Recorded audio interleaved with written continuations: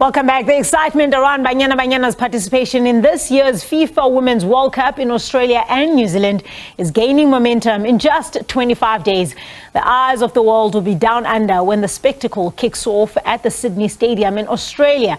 In studio, we're joined by Thulasizwe Makhanya, chairman of the Charlotte Manya Matleke Institute, and via Zoom from Banyana Banyana, coach Franz Hilton Smith, to chat about the composition of the squad.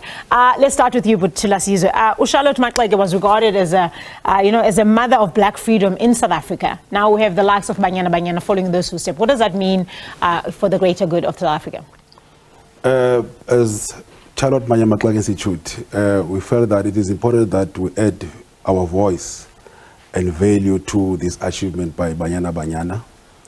And we are doing this through what we call a send-off golf day on the 30th of June, next week, Friday, at Ren Park Golf Club, where we're trying to highlight this achievement, but also to appreciate the women's soccer as they are now inspiring young women in this country. Yeah, that golf day, who's invited? It's an open invitation. We have a number of former players and coaches that are going to be part of this golf day, and we're expecting 120 golfers to participate. It's a Friday. We're trying also to go back to what we'll call Banyana Banyana Fridays. So all the golfers will be wearing Banyana Banyana jersey on the day. That's exciting to hear. Let's bring in Fran here. Fran, as part of Banyana Banyana's OGs, like, how excited are you about the state, not just Banyana Banyana, but also the state of football in this country? Well, of course, very excited for Banyana going to their second World Cup. They really are making a huge difference in the world of football. And I think this time we can try and progress further because they have the experience now from previously competing, a lot of top players who've been to a number of World Cups. So we certainly are expecting Banyana to make the country proud once again. Yeah, I mean, you mentioned they are returnees now and also going as African champions, and you're confident they can get out of the group stages. But what key aspect of their game do you honestly believe that will be the difference in exiting those group stages? Well, experience. I think some of the players, Kaylin, Jermaine, were at the first under-17 World Cup we attended in 2010, Tobago. Many of the players were in France at the Olympics. 13 of them come from a high-performance center I started 21 years ago. So they have experience and they have competition. They're the African champions. So I think a lot is expected from them. They have to enjoy themselves. But I believe that with some luck on our side, we can get through to the next round. And that's what obviously is the goal. Yeah, absolutely. We're going to catch up on that. I'm going to pick up on that in just a second, but let's bring in Thulasizwe. You know, Charlotte Matleke, obviously like the champion of women's rights in South Africa. How do you believe sport has helped in getting South Africa to where it is, and also, like, you know, fighting for equal rights in this country? I want to believe that a lot has been done around sport development in this country, but this achievement it's more of now amplifying the call, which will be putting more resources in the development of our sport, but also the call of equal pay.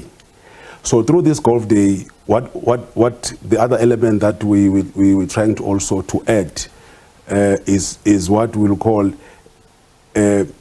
calling a current call to our private sector and government to put more resources, especially for these winners that represent us in the World Cup, I would say, we need these players to be motivated. Yeah. How?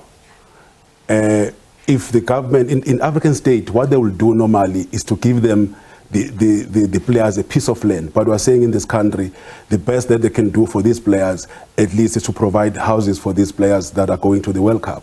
And we're making the ground call to government, to private sector to join us in making sure that when they come back, at least they will have shelter, those who might have challenges in that space. And also what we are doing through the golf day, it's we are creating a program of action for these players after the World Cup, where they will go back to their communities and clubs and plow back to these entities through donating soccer kit, donating sport equipment, soccer balls, and we're raising funds through the golf day to that effect. That would be 23 houses.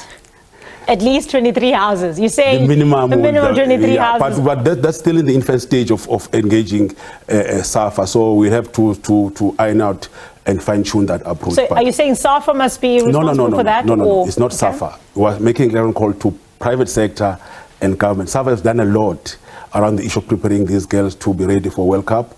The environment is better than before. We've got a number of sponsors that are coming in now, participating, supporting women's soccer. So, but we're saying outside SAFA, the government and the private sector should come on board and support this call.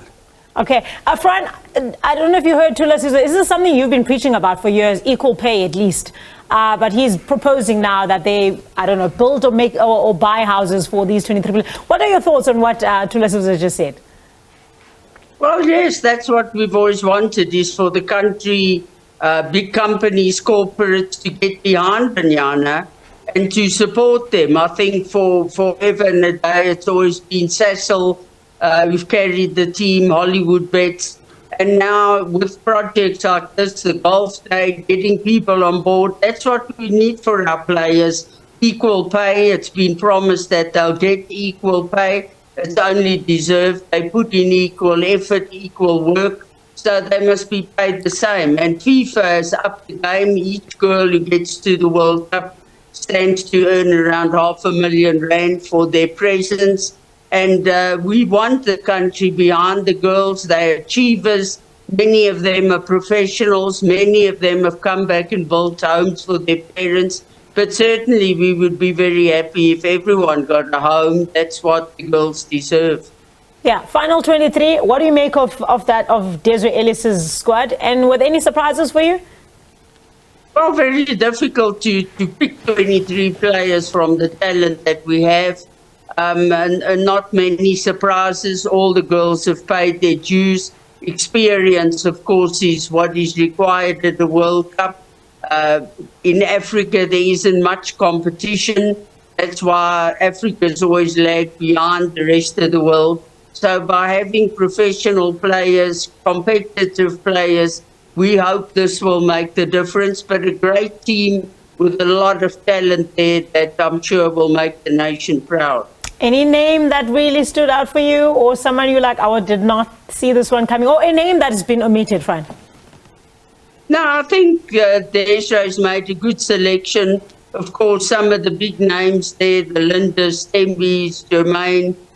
Jermaine's a player that was in the first under-17 team when we went to the World Cup. A prolific goal scorer, qualified us for the World Cups, qualified us for the Olympics. Hilda, who scored in the African Women Championship, Stemby. There's so many great names there, it's hard to really pick out anybody. So we just hope that this is the team that we can expect to take us very far. Yeah, Thulas, I mean, you're talking about Banyana Banyana. This is Banyana's time. But also, there's been a lot of happening in women's sport in this country. So where do you guys stand with the rest of, like, we're hosting the Nipple World Cup as well. Are we expecting Charlotte Maklege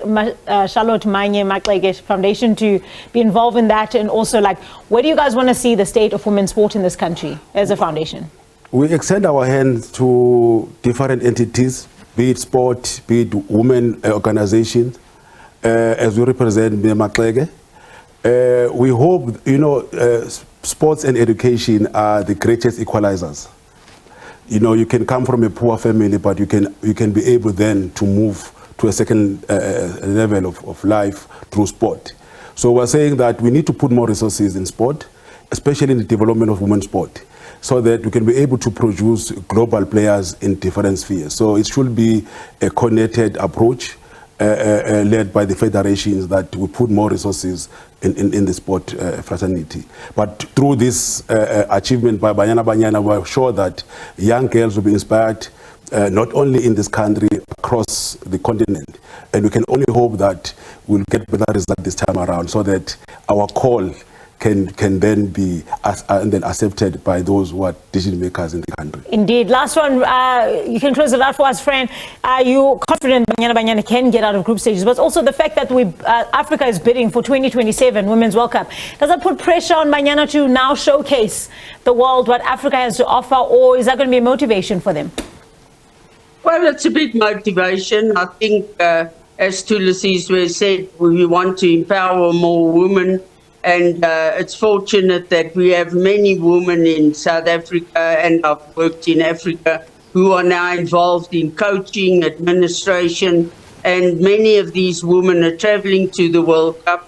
And it's a good example. South Africa is a good example to the rest of the world that we are empowering women. And I think that'll be a big plus for us in bidding for the Women's World Cup, which we can comfortably host with our facilities and competence.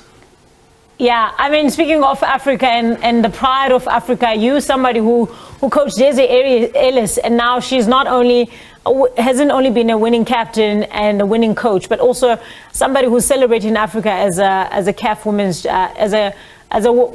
the best coach of women's football in Africa. How proud are you to see your hands go as far as Desiree has? Well, extremely proud. Desiree is one of the 27 women that were identified, former Banyana players, to become coaches. And I think even in this team, you have Tina, also FA, you have Simpiwe Dludlu, who's the under-17 coach, part of the technical team, been to 2 World Cups, sports scientists. So I think women have really stood up in South Africa to be counted, and many of them are part of this team, from the management down to the kit manager. Eva Makwapi was a Banyana defender. So we've really tried to empower women in football, women's football, because they deserve it, they're competent, they've achieved what is required. Yeah. Chiris is the last one. Just remind us again, when's the golf day? The golf day is on the 30th of June, next week Friday, at Rand Park Golf Club. We still have spaces for those who want to join. They can contact us at our social media platforms, which is Charlotte Manye Maklege Institute. All right, thank you so much. That's Tulasizwe Makhanya, chairman of the Charlotte Manye Maklege, as well as a friend Hilton Smith, former Banyana Banyana coach, chatting all things Banyana Banyana as we head to the 2023 FIFA Women's World Cup. That 23 squad was recently announced. We can't wait to support the girls as they try to make South Africa proud all the way down under.